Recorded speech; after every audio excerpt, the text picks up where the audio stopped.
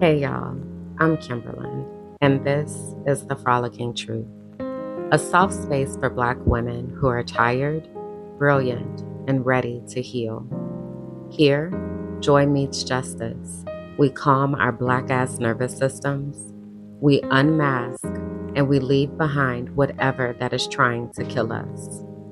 You're seen here, you're safe here, and you don't have to do this alone.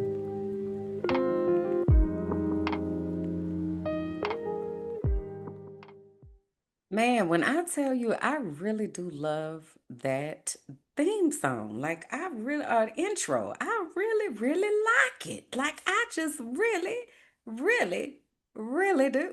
I really do. Hey, y'all, come on in, find a comfortable spot, and take a seat. I'm grateful to have you here with me for episode 26 of the Frolicking Truth podcast for Black women who are tired, brilliant, and ready to heal, where joy meets justice and nervous systems get free.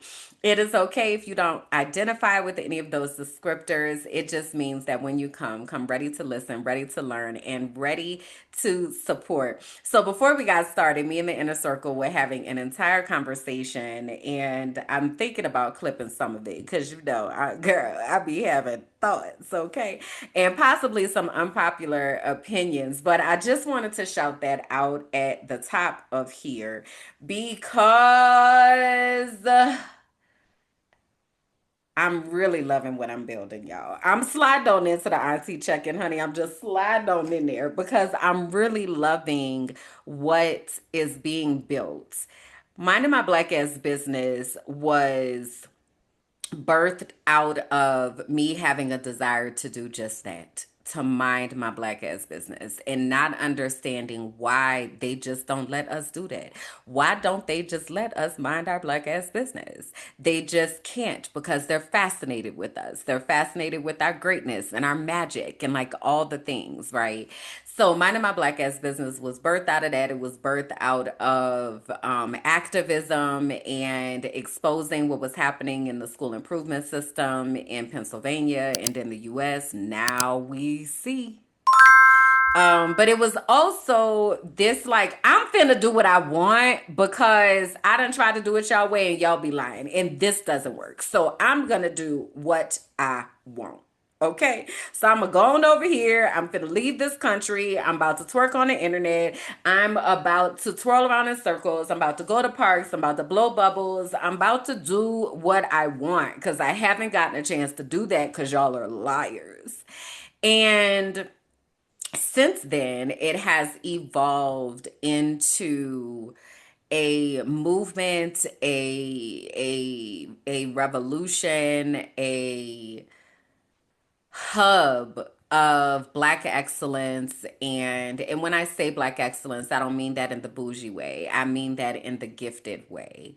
That minding my black ass business is becoming a place to be able to launch and birth and support and care for people that are black and simply are saying, I just want to mind my black ass business and support other people to do the same, like literally.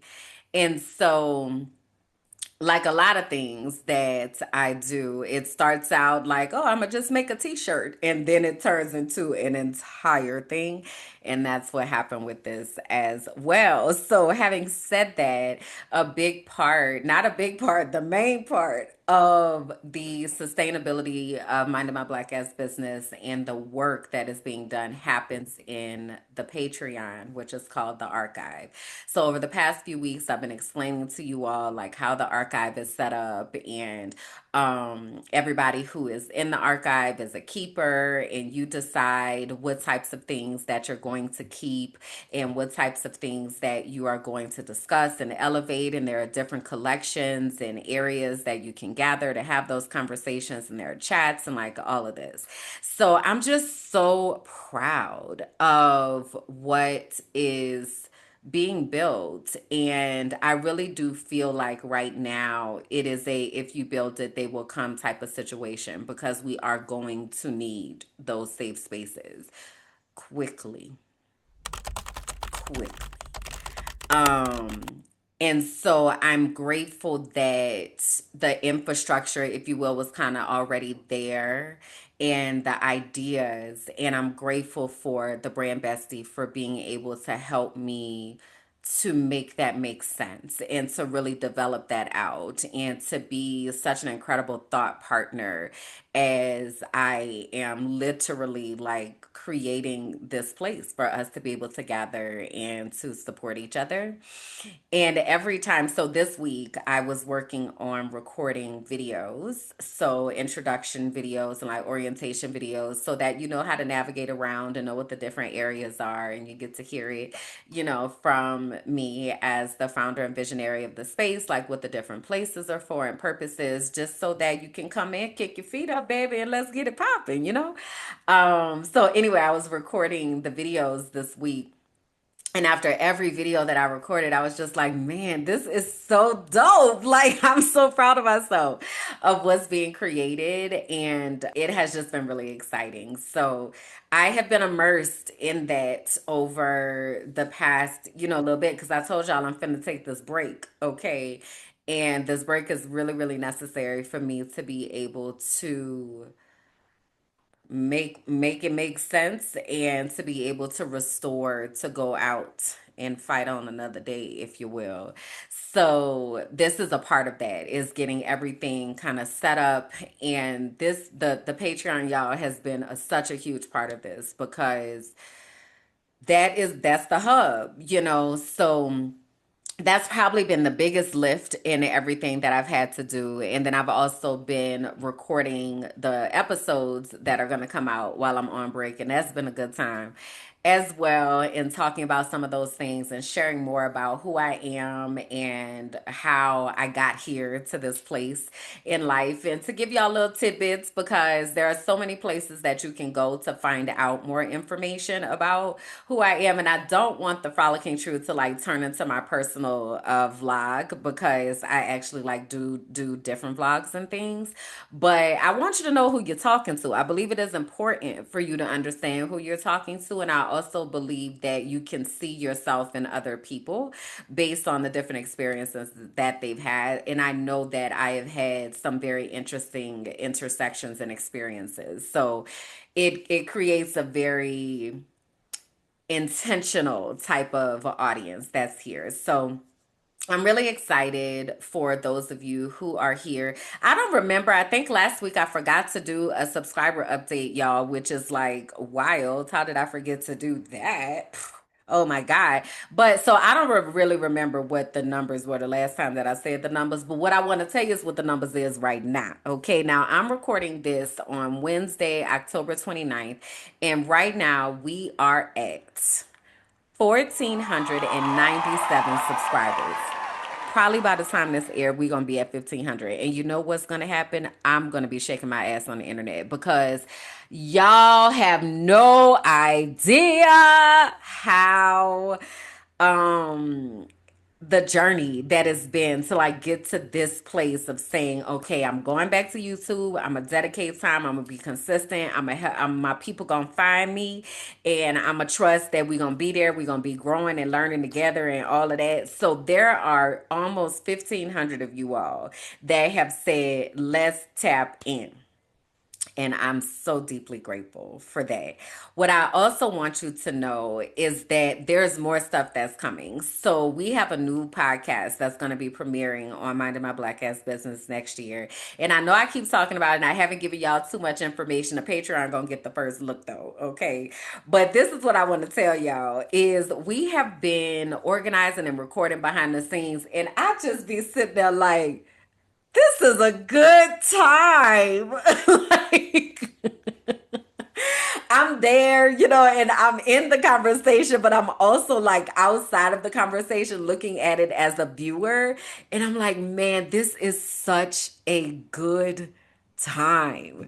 Like, the conversations that we're having are just so intentional and impactful. And because there are four of us, we have like different insights and different experiences, and we each have our own segments, and that we kind of own that. So it is just such a good time. So I can't wait. I cannot wait for y'all to see what we have been working on and introduce new people into the Mind of My Black Ass Business universe, and for y'all to find them and fall in love with them and support them. Like, oh my God, it's the best. I just be sitting there like, so good. So yeah, so stay tuned for that. That will be coming in the new year. And we'll get like some kind of teaser or something together to let y'all see what the vibes are like. But I'm telling you, it's a really good time. The Healing Circle is next Saturday, November 8th at 12:30 Colombian time, which is also 12:30 Eastern time in the US. And you can register for the Healing Circle at tinyurl.com/Black Women Healing Circle. Remember, we do yoga in this space. We do breath work. We have time for affirmations and time to just connect with our bodies and our spirits before we go off and enjoy the rest of our day. The comment here said, I don't like putting that pressure on my brain. I just Googled the time difference. And I probably should just do that, but then also it just be a lot. My brain people get scrambled when it comes to time zones. I tell you, it is really, really wild. There was another comment that said daylight savings time is gonna get dark at 4 o'clock. Yeah, it's coming up. So listen, get guard yourself and gird yourself so you're ready. It's coming up on Sunday, November 2nd. All right, but y'all gonna get an extra hour of sleep, So you know, that's the benefit, I guess. I don't know. I don't know. But here, we gonna still be on the same time. So there's that. Okay, I wanted to uplift again that I'm collecting interest for the Sisterhood Heals book study. That is also something that will start next year. So, Sisterhood Heals is a book by Dr. Joy Harden Bradford, and it really is an amazing book. And it really talks about our understanding of sisterhood, how we got our thoughts and ways that we show up with other women, how we think about other women. Y'all, side note, I ain't finna get into this, but I'm gonna have to talk about it somewhere. Y'all, down to that Facebook, child, down to that Facebook. So y'all know I've just finished talking about these. Well, maybe I wasn't talking about that here with the inner circle a little bit ago. I was talking about these young women that I really, really appreciate, and I was specifically talking about Kiki Palmer. Well, another young woman that I really appreciate is Megan the Stallion Pete. Okay. And she is just, again, has been through so much publicly, has done it with so much grace, and is like learning who she is, living her life, and being free from people's expectations of her and all that kind of stuff, right? So, anyway, she done dropped this new video called Love a Girl. And baby, the women's, those of us in the comments are like, my God, today, girl, that ass is thangin'. Like it is just, it's beautiful. It is a beautiful, beautiful, beautiful work of art. Okay, her body is gorgeous. She is beautiful, and she's a good rapper. Like she's very, very talented. She's smart. She got a whole college degree, baby. She's a businesswoman, honey. Like I just really appreciate Meg. So I had made a post on the Facebook because I'm in the comments and I'm reading all the comments of us as women who are like, girl, yes. Also, a bitch need lessons. Also, yes, girl. Also, why is this 5 hours long? Like it was just on loop. Like we're just in like, girl, yes. Right. And so I had this thought and I was like, do guys do that? Like, do they have like can they admit that another man is attractive? Like can they say that's a nice looking man or he has a nice body and it not be sexual? Because the other thing is, this is how I know that sexuality is not a choice, because with women walking around like Megan the Stallion, you think I want to deal with these raggedy men that's out here? Now, I'm not saying all men raggedy, but a lot of them are. You think I want to deal with these raggedy men out here when there are women like that out there in the world? There are women like me out here in this world. You think I want to deal with raggedy, emotionally unintelligent men? You think I'm choosing this? Not. Okay. So, anyway, at the root of all of that, I asked this question and I'm like, gentlemen, are you all able to look at another man and say that he's attractive or whatever? Child, it's wild because the ones so there are some very loud voices who are like, hell nah, we ain't wired like that. Nope, no way, no how. We ain't thinking that. Cause I was like, basically, I'm at this point like gawking over Meg, like, girl, like, oh my God. And not in a way like I'm minimizing myself, just girl, you are like in your bag right now. And as women, we do that a lot for each other. So anyway, I want to know if the men do that, child, they was feeling some type of way in them comments, right? So then people are saying, like, women are asking their husbands, and like a couple folks came back. One person I went to high school with, she was like, I know men who would be able to say that another man looks good. I also, Kimberland, personally know men who would be able to say that. There was another man who commented on there and he was like, if somebody can't say that, then that says a lot. If a man can't say that, that says a lot about him and his relationship with his sexuality. Like, why can't you admit that another man looks nice? But also, that man is from a different country. So that might be a different brand of masculinity. But, I'd be performing these social experiments, is my point. And it's really interesting. I brought all that up to say of how men do not really show up for each other. They don't, and this is a generalization, I understand. They don't have the emotional depth to be able to actually hold each other and be there for each other and actually support each other. So they have these surface as conversations and surface as lives.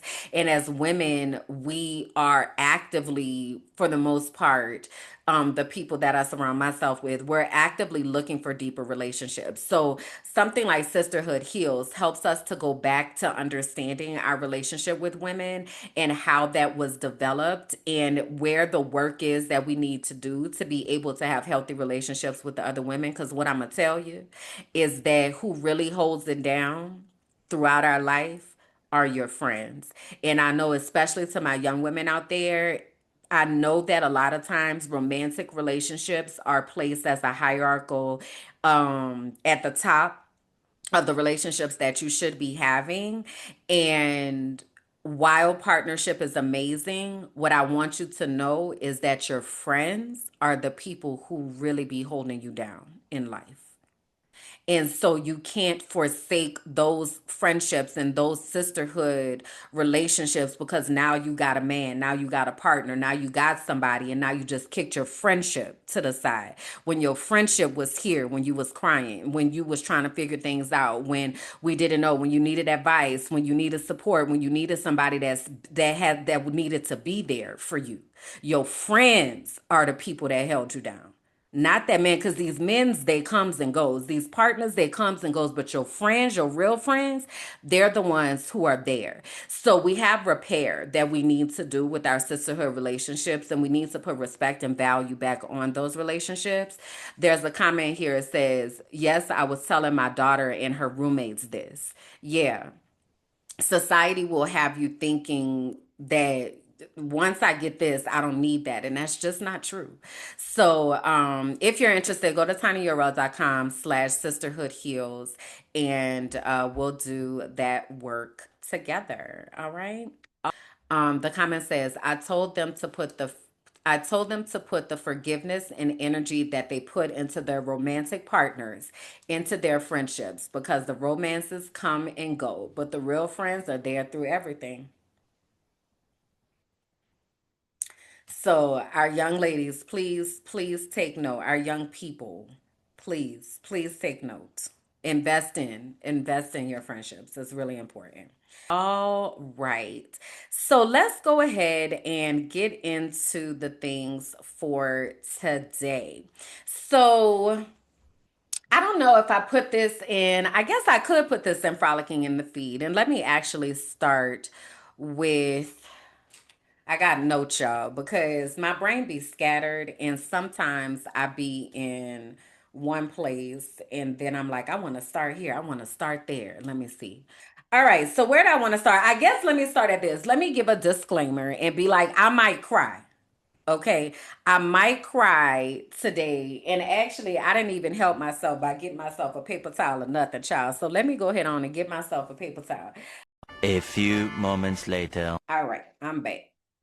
Back like she never left. All right, so today we're talking about Dia de los Muertos, and I wanted to say I might cry because I might. Dia de los Muertos is a holiday in Mexico, and it Dia de los Muertos stands for the Day of the Dead. That's what it translates to.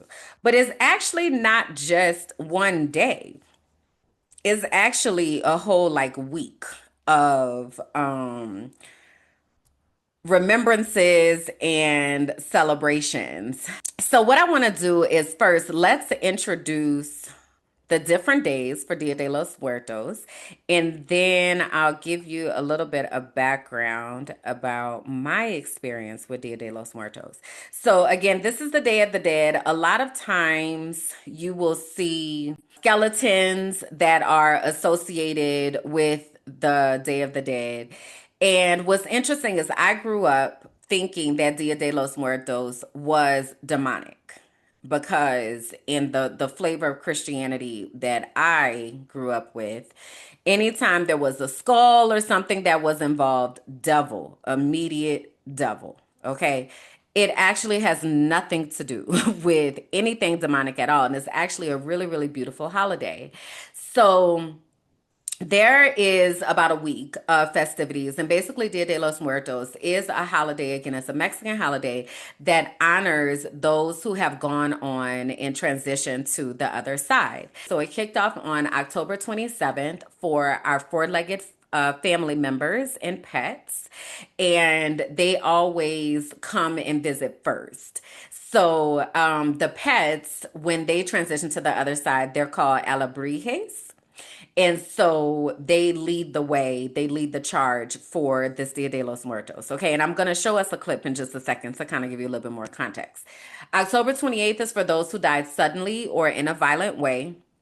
October 29th, which is today, honors the drowned or forgotten souls who have no one to pray for them. October 30th remembers the souls without families.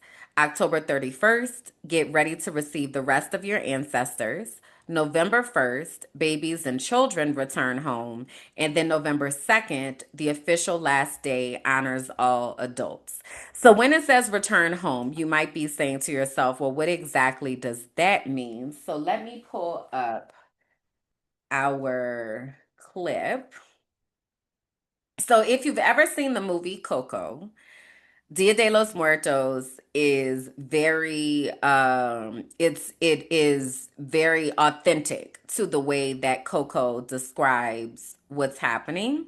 So I'm gonna show the trailer for Coco and then I'll explain like a little bit more about how Dia de los Muertos works.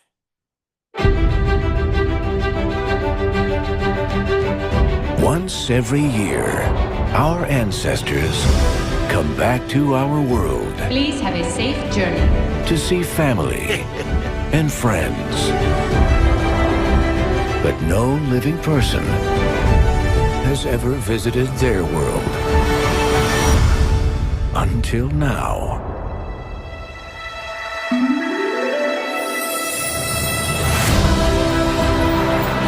All right, who's in there? I'm sorry. What's going on? Date, wait up! You gotta stay with me, boy. We don't know where we are.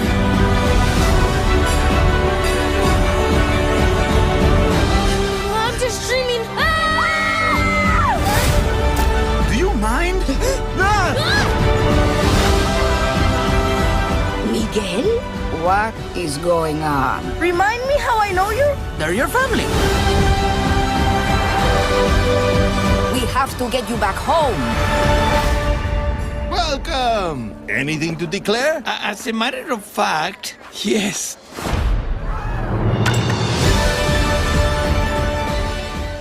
basically, as they described, the whole point is for the ancestors to cross back over into the land of the living to commune with your family one time throughout the year, and that's during this Dia de los Muertos time. So, in the clip, you may have seen that there were ofrendas or different.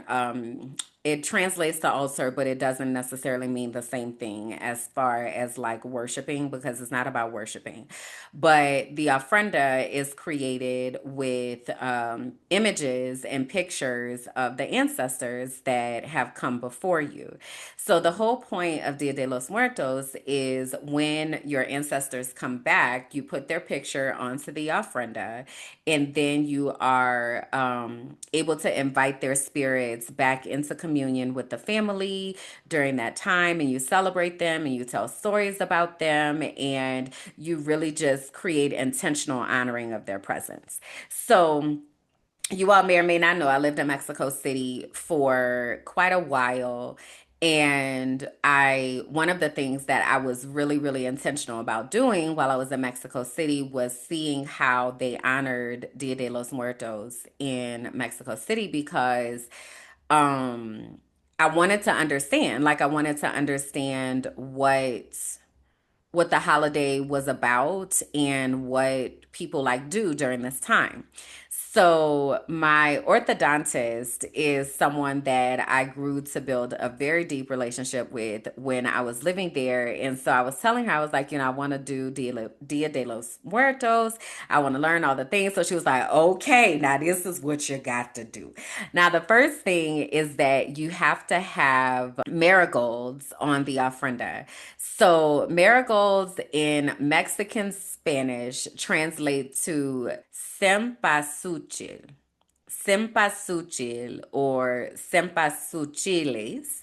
They are the flor de muerto is something else that they're called. So the flower of the dead. So I'm going to show you what marigolds look like so that you know, but it's those orange flowers that we're showing in Coco. So what you're supposed to do with the marigolds is you take the marigolds and you place them around, and then you might use the petals or the flowers to have like a path towards towards your home, because the marigolds give a fragrance, so they are supposed to lead your ancestors back towards your home, lead all of the ancestors back towards the land of the living, because everybody is putting them up. So you do that. Then you also place pictures again of each of the ancestors that you want to honor onto your ofrenda. And you can also place pictures of your pets. Again, pets are called alebrijes, and they are like spirit guides or spirit animals. So they are also placed on the ofrenda. You put candles on the ofrenda to light the path for the ancestors that are coming. You also put water on the ofrenda because it's been a long journey. So they want, to have some water to be able to quench their thirst. Then you put their favorite items, so their favorite foods or their favorite thing that reminds you of them. So for instance, in Coco, the family made shoes. So there were shoes on the ofrenda because that was something that was important to their family. So you do that. Like, so for me, when I did my first ofrenda, I had my dog, Jack, on there, and I put Brussels sprouts and carrots because Jack loved vegetables. So you just want to put like their favorite thing on there. You also put salt so that they can season their food. Ain't that the Mexican people say, baby, you got to have that seasoning. So then that's how you set up your ofrenda, to have everything ready for the ofrenda. And then again, during that time, you're going to tell stories about the ancestors, what have you, whatever. So when I was living in Mexico City, I got a chance to go to the Zocalo, and Zocalo is the city square. And it's like where the president's house is and like all of that, where their huge flag is. And there were like ofrendas just all around everywhere. It was so amazing. So then also you might see the Catrinas. I'm saying it wrong. Catrinas is what it is. Okay, so Catrinas. La Catrina is important to Dia de los Muertos because she symbolizes the cyclical nature of life and death, reminding people that death is a natural part of life to be celebrated and not feared. So the Catrinas are there to basically let us know everybody is gonna die. It is a part. It is a part of life, and maybe they come as in that form because it's more approachable, or what have you. But we don't have to be afraid of death. Is basically the point of the Catrinas. So you might see those around. You see the alebrijes again. The alebrijes are the pets, and so it was a whole big old thing. Like it was just amazing. They have a huge parade. And I'm talking thousands and thousands and thousands of people. There's a fireworks show. There are all of these ofrendas. It is a really, really big deal. I'll find the videos and put them in here so that y'all can see them. So here, y'all, this is the city center in Mexico City. It's called the Zócalo. And here you can see the different Catrinas that are present. Now, mind you, this is from 2022. So each year they do a new display. But these Catrinas are gigantic. So you can see for scale, like people standing next to them, they're probably about 5, 6, 7 people high. They were placed all around the city center so that they are, again, kind of overlooking the space and guarding the space. I believe that students at the design school are the ones who do the Catrina displays every year.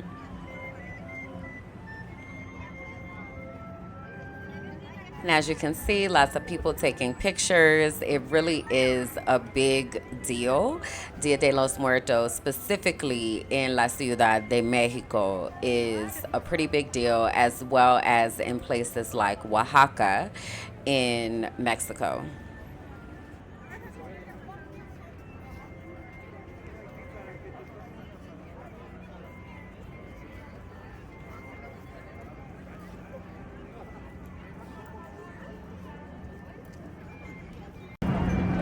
So here we have different ofrendas, and there'll be a few pictures of the different ofrendas from the various states around Mexico.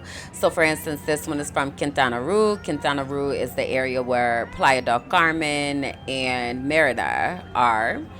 You can see there are people, again, taking pictures and walking up to the ofrendas to really just appreciate what is on display for each state.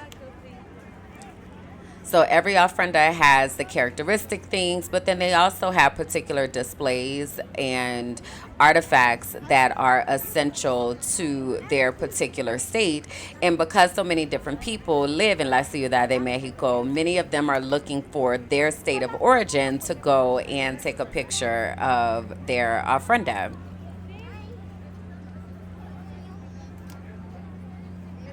So for instance, here, this is the state of Tabasco. So they are showing how they make spices, and they're dressed in the indigenous attire that they would wear in that particular area to really embody what happens. This is the ofrenda for La Ciudad de Mexico, and they chose to put lucha libre, which is the wrestling experience, on display.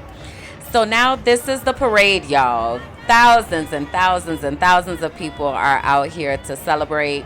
This particular parade has gigantic alebrijes and gigantic displays and floats that are moving down the street.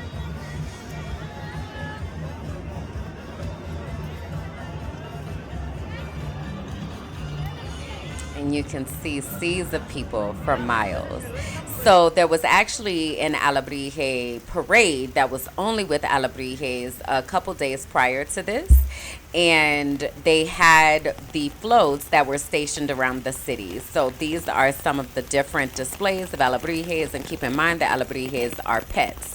So that could be your dog, your cat, your lizard, your iguana, your guinea pig, all sorts of pets. So they kind of take on different forms and often have wings.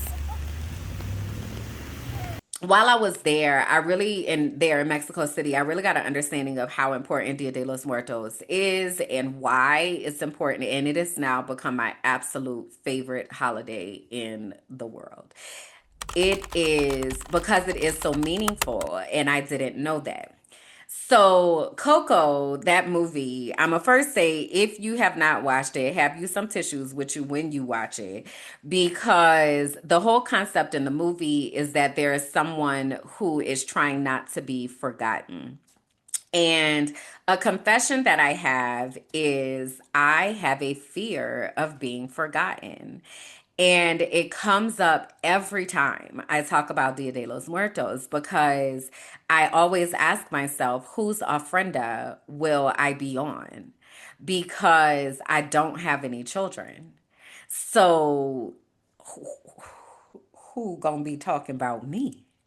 And it is, I lightweight sometimes be obsessed with it, and I'm, trying to work myself through that. But it is a very interesting feeling to know that there's a real possibility that you may be forgotten.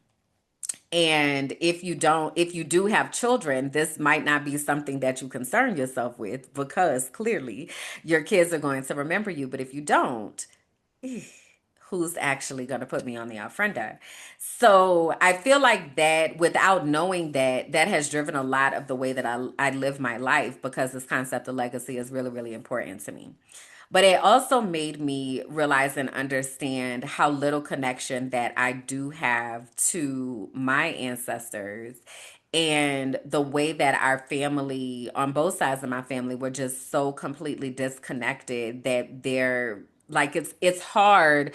I don't know if this was Color Purple. Somewhere they said it's hard for a girl child out here to not know who she come from or something like that. And I might be like mixing up a whole bunch of different things, but life is much more difficult when you have no understanding of who you are, where you come from, who your people are, what was important. Like it's really, you have to figure everything out for yourself.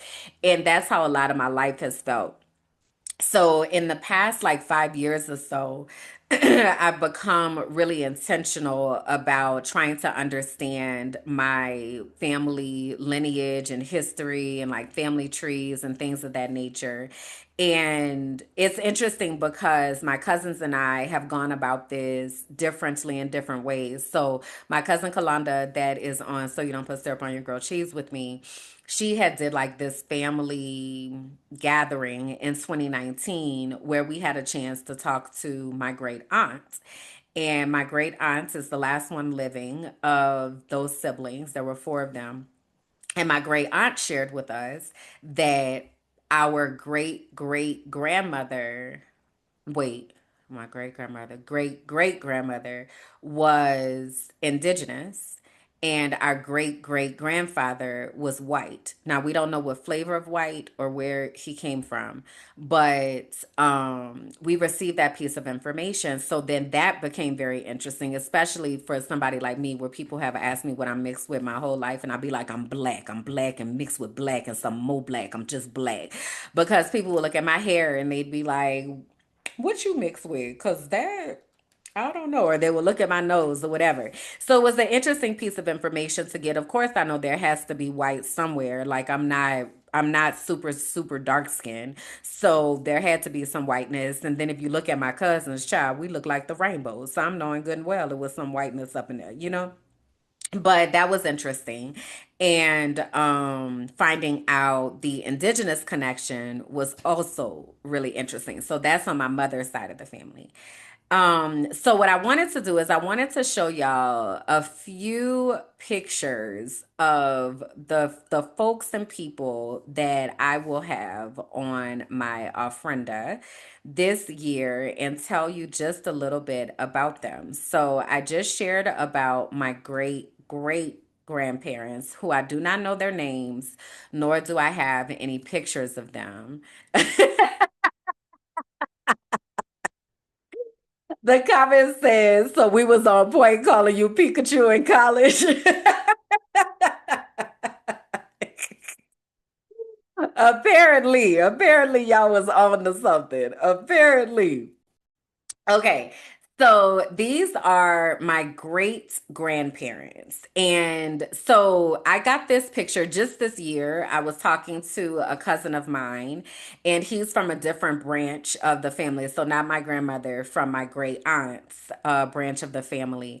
And he sent me this picture. So, this is my great grandmother and my great grandfather. And immediately when I looked at my great grandmother, I'm like, wow, I can definitely see the indigenous. She very much is what we would call red. And in New Orleans, a lot of people get called red.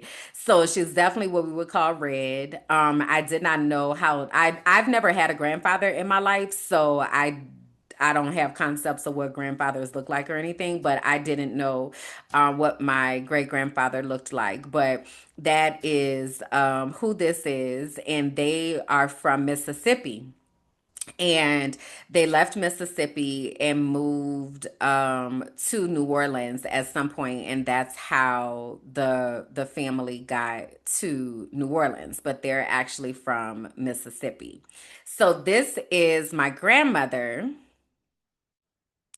And this picture was taken in 2017. This was shortly before she passed. And she developed dementia before she passed. And this was the last time that we had a gathering where all of her kids were there and most of her grandkids. So this is my grandmother. And definitely between my grandmother and my great grandmother, I can definitely see the similarities in their faces and all of that. So they are both going to be on my ofrenda. So my grandmother was born in 1938. She was a nurse. She worked in the emergency room, I believe, most of my life. One of the things that my cousins and I talk about all the time is that she used to iron, baby. Them scrubs used to be together. You understand me? Honey, stand them up by themselves. But she used to iron a lot. My grandmother also gardened. At one point moved back to Mississippi. But there was this summer when we were kids, and I'm talking like before kindergarten. And I talk about this before because she taught me how to read and to write in cursive. And this was all during that summer. When I talk about getting kicked out the house because I was singing The Greatest Love of All, this was that summer. Kalanda, who's the oldest, then me, then my cousin Casey, and then we had another cousin, Chantel, who was there with us. And then I believe some other cousins came to visit. So anyway, but this summer was like we're sitting on the porch eating watermelon, spitting seeds off the porch. We're looking at constellations in the sky because we're in the middle of the country. We're running down the fields, and she was growing stuff. There were crab apples. We're driving down back country roads in the car, calling it a roller coaster. Like this summer was a summer that we really remembered. And unfortunately, I didn't really have a close relationship with my grandmother. So that's a core memory for me. So in this time, I've been wanting to invite her spirit back, and she definitely has visited. My grandmother sent me a message in Mexico City on Christmas Day, 2023. After I had had my mental health crisis, I had gone on a date on Christmas Day, and I was walking down this street in Coyoacan in Mexico City, and a song that my grandmother used to play all the time at the house came on. And the song goes, I miss you, miss you, miss you, miss you, miss you. It was very interesting. So I know that she's with me, and so she's going to be on my ofrenda as well. Now, speaking of grandmothers, I just recently was doing some research about my grandmother on my father's side because I don't really know a lot about her at all. And I found this picture when I was doing my research for, well, yeah, for this, but just in general. So this is my grandmother on my father's side. And I'm going to tell you what one of my uncles sent me something about her last night, because actually her birthday was yesterday. And that was like very interesting. So he said, your grandmother is from Port Arthur, Texas. She was born October 28th, 1920. Her maiden name was Reno. Her mother's name is Rebecca. Her father's name is Joe. Your grandmother was very spunky. She said whatever came up and out of her mouth. Now, this is what I definitely remember about my grandmother on my father's side, is that she said things. I just remember, this is what I remember. I remember she had thick glasses, that she always had some kind of drink, that she used to cuss. I don't remember if she used to smoke. My grandmother on my mother's side did smoke. And I remember I had staged a protest and I was like, I am not going to go over there anymore if she continues smoking, because now I am going to die from secondhand smoke and I don't even smoke. Because I would come home and everything would be smelling like smoke and I don't want to do this.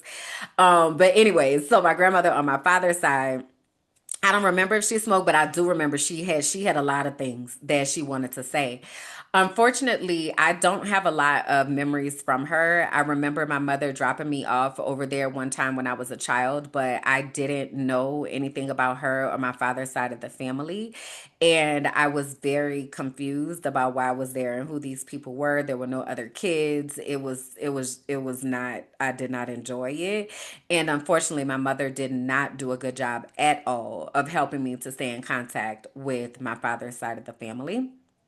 So I don't have a lot of memories about my grandmother on my father's side, but I was watching something the other day and somebody said something like, it was in Coco, it was in the movie. They were like, you don't have to forgive them, but you shouldn't forget them. I really feel some type of way about my father's side of the family and them like forgetting about me. Like, and I know that this was in the 80s, right? So it's not like there was the internet and all that kind of stuff. And I was able to reconnect with the uncle probably about 10 years ago now. But it's weird to like know that there was a whole child that was out there and nobody came to look for the baby to make sure that the baby knew who she was. Like, that's really interesting to me. So I don't know how. I know my grandmother used to call the house. I also know my mother used to always be like, tell her I'm not here. I don't want to talk to her. And I picked up those same type of habits. And because I didn't have a relationship with them, it was just kind of like, I don't know you all. But I do feel like the burden was on the adults to look for the baby and make sure that the baby is okay. Like, I just really feel like that's what that should look like. So I'm still, kind of working through that and trying to figure out how I feel about that and what that looks like as I'm in my 40s. So having said that, you all are probably asking yourself like, okay, but what happened with your father? So I'm going to show you the only picture that I have of my father. So my father died before I was born. And the story that I received is that he unalived himself. I do not know if that story is true. I have never seen a newspaper article, though I was told that there was an article. But I've never seen it. The only person that was there was my mother, and she is not a reliable source of information. So I really don't know much about my father. What I have been told about my father, and I've written blog posts about this, like, it's a lie. But what I do remember it being told about my father is that my father was excited to have a little girl, and he was calling me his princess and all of that.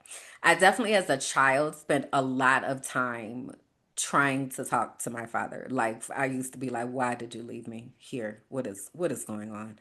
And I don't know that as a child I necessarily felt his presence, and I definitely look for it now as an adult. But I definitely do see myself in my father, that's for sure. I definitely see myself, and the comment says you look so much like him. Yeah, I definitely see my face in my father's face. So I know that he is here, but again, it's really weird to just have no connection, and this is the only picture that I have. So I did reach out to my uncle, who is his brother, and ask him if he has additional pictures. Like, can you tell me things? Like, I don't know anything like about him at all. I do know that his birthday is August 29th, which is actually the same day as Hurricane Katrina. So that's always a very interesting time to kind of process that, and the gravity of what that means. So that's my grandma, my great grandparents on my mother's side, my maternal great grandparents that I'll have on my grandmother, my maternal grandmother, my paternal grandmother, my father. And then there is one more maternal figure that will be on my Ofrenda. I don't know my father at all and have been wanting to know more about my lineage as well. Yeah, it's only natural. Like, we should know something about the people that brought us into the earth. Like, it feels so weird to not. Like, it's I don't know how to make it make sense. So this is Miss Dillon. And y'all have heard me talk about Miss Dillon before. Miss Dillon was my high school guidance counselor. And she was, I always get so teary when I talk about Miss Dillon. I think the reason I get teary when I talk about Miss Dillon is because she saw me and I really got a chance to let her know how much she meant to me and how much her showing up for me meant to me. And that she didn't really know, she had no idea what was going on, but she knew enough to do the job that she was supposed to do. And that picture is of her. I did a what do they call it? When a bunch of authors contribute to a book, but this was a devotional. And so I was one of the authors that was a part of the project. And she bought my book and she took a picture and was just so supportive during that time. And I'm just so grateful that I got a chance to tell her how much she meant to me and how important that she was in my life.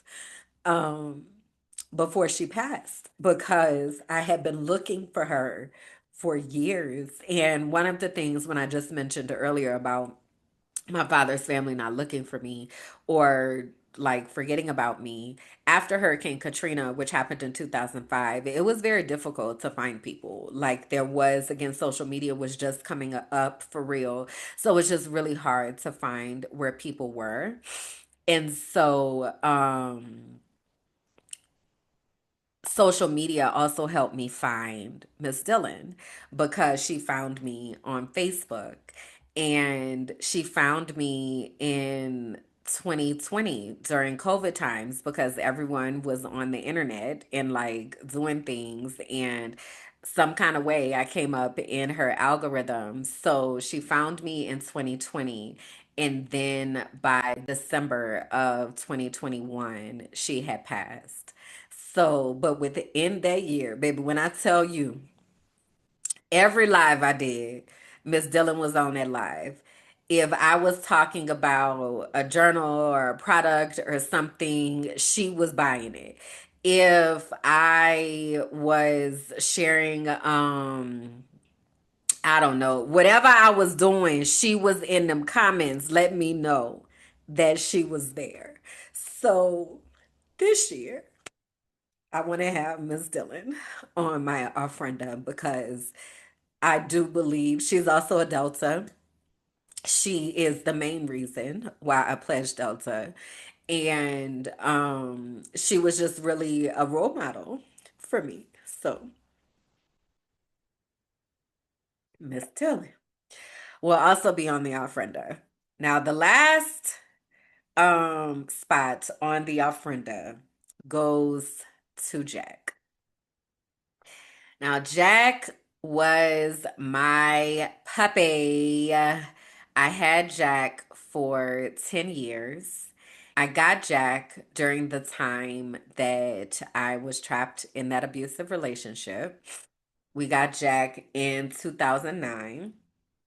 And at some point along that way, as I saw how he was treating Jack in comparison to how I was treating Jack, I said, Jack is coming to my house. And then Jack became my dog.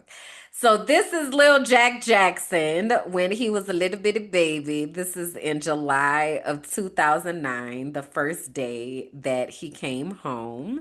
And Jack was a character, y'all. Jack was a character, y'all.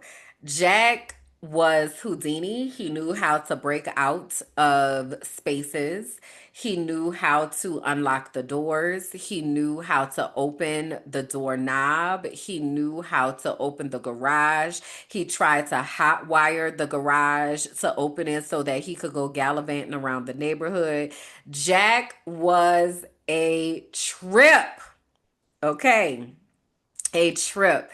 But we went through so much together. So Jack wound up developing epilepsy. And because of that, he had to get on medication, and the medication made his hind legs weak. So it was a blessing and a curse because before that, when I tell you he was tearing my house up, and I had just bought this house. I bought my house in September of 2009. I just told you we got him in July of 2009. The first time I brought Jack to the house, I was like, Jack, you're going to have the whole guest room. The whole guest room is yours. I leave Jack in the house. I come back from work, and Jack has torn up all the carpet in the brand new house that I was only in for 2 weeks. He has separation anxiety. So we really had to work through a lot to help him to get over that. And he used to be afraid of storm drains. So we had to like walk one night. We just spent all night walking back and forth in front of the storm drain and sitting by the storm drain because I don't know what happened. We had gotten him from the animal shelter. So I don't know what happened before he became my dog, but we had to go through rehabilitation. And speaking of rehabilitation, there were points during my time with Jack that I didn't know if he was going to be able to walk anymore because his hind legs were getting so weak from the medication. And there were times that I thought I was going to have to buy him a doggy wheelchair. Jack had his own credit card because if he would start having seizures, we would have to go to the hospital because they wouldn't stop. And so we had to learn how to control that. And it was a lot. But when I tell you, Jack held me down, baby. Jack held me down. All right. And I'm so appreciative because in, I want to say January of 2019, Jack was diagnosed with cancer. And they gave him until, I want to say they said like 6 to 8 weeks. And they asked me, if I wanted to do chemo and radiation and all of that. And I didn't have the funds to do it, but also he had been through so much by this time that and it was only like 50% chance of working or something. And I was like, we not doing that. So I really just focused on giving him some beautiful last days. So, I'm grateful because he made that transition with me out of my house, even through when I was supposed to get married, and didn't get married. And Jack was still there, like hanging on.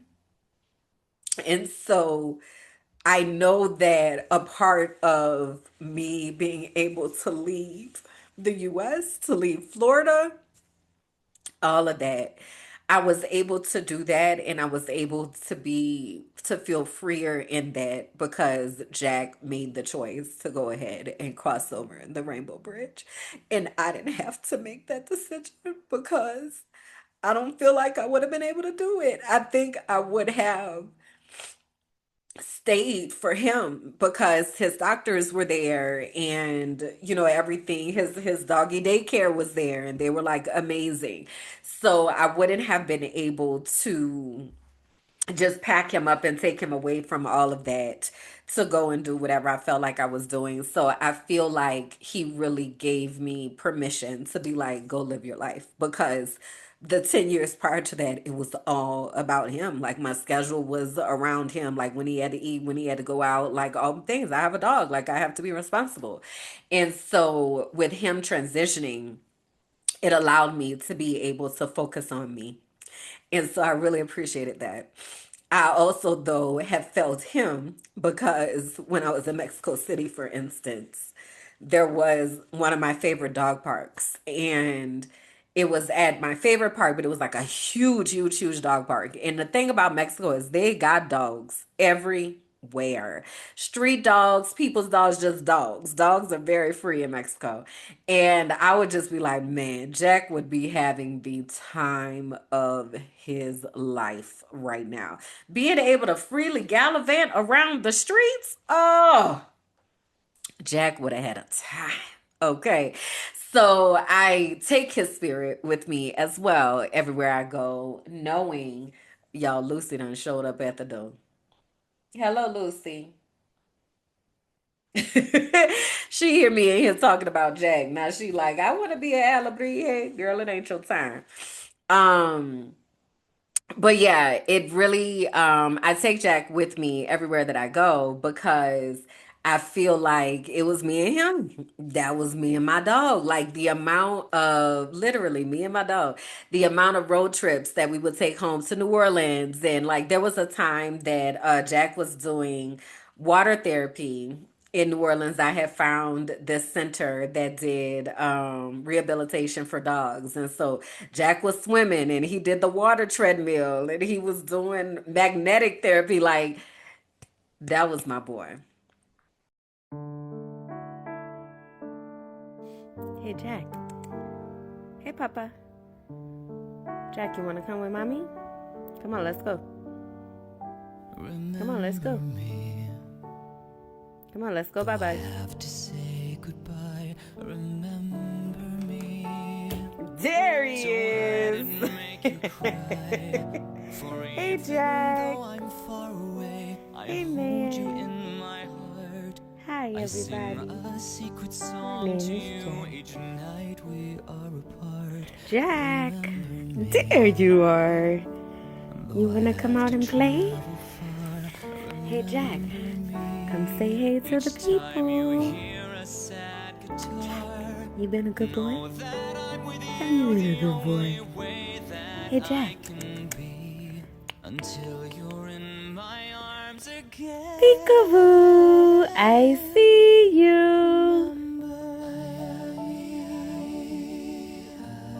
Jack says, night night, everybody.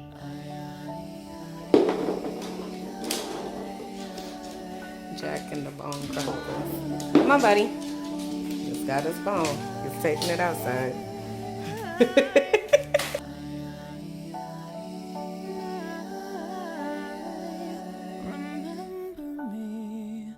That was my boy. So Jack is also going to be on my Ofrenda this year. So I'm really excited about Dia de los Muertos, and I'm excited about building the ofrendas. I have to go to the market tomorrow to get the things that I need. So I'll be doing a vlog for those of you who are in the inner circle. You'll be able to see the vlog that I do when I go to the market. And I'm probably going to go live when I'm setting up the ofrenda. So it's going to be behind me. There's some shelves that are right here. So I got to figure out how I'm going to decorate and all that kind of stuff.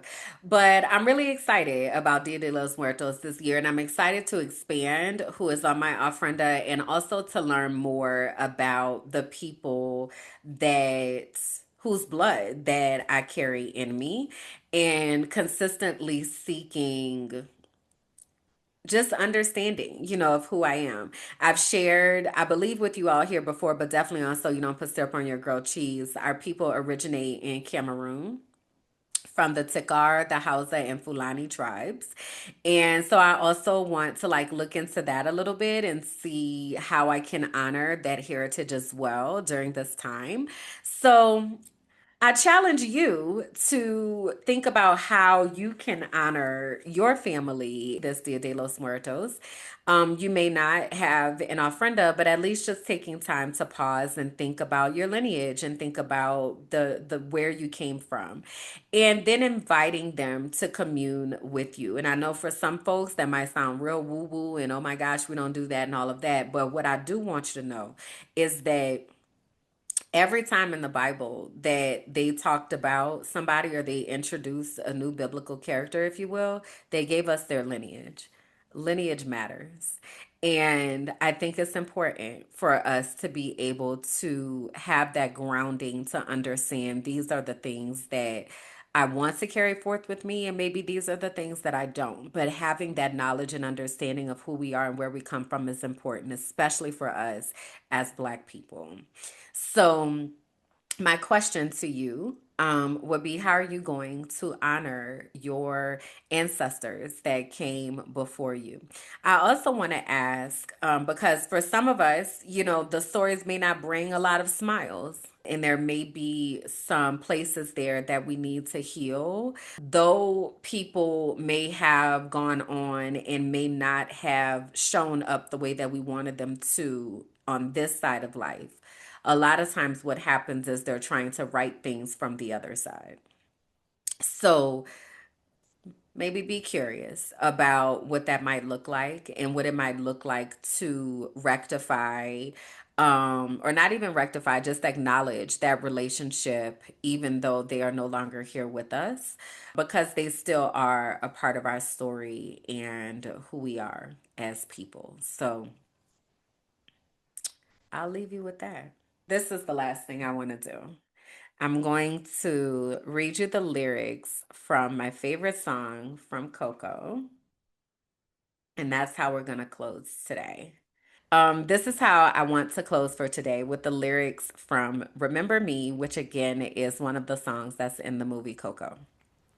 Remember me, though I have to say goodbye. Remember me, don't let it make you cry. For even if I'm far away, I hold you in my heart. I sing a secret song to you each night we are apart. Remember me, though I have to travel far. Remember me each time you hear a sad guitar. Know that I'm with you the only way that I can be. Until you're in my arms again, remember me. That's it. That's all. I appreciate you. I love you. Thank you for hanging out with me and for witnessing my tour around Dia de los Muertos and holding space for all of the emotions that come along with that. I can't wait to read your comments about how this impacted you or how you're going to be honoring your family and your ancestors. Okay? So I will see y'all next time. All right. Thank you for listening to The Frolicking Truth, where joy meets justice and our nervous systems get free. Please be sure to like, rate, and comment. Subscribe to the YouTube page, Minding My Black Ass Business, and follow me on all social platforms. Until next time.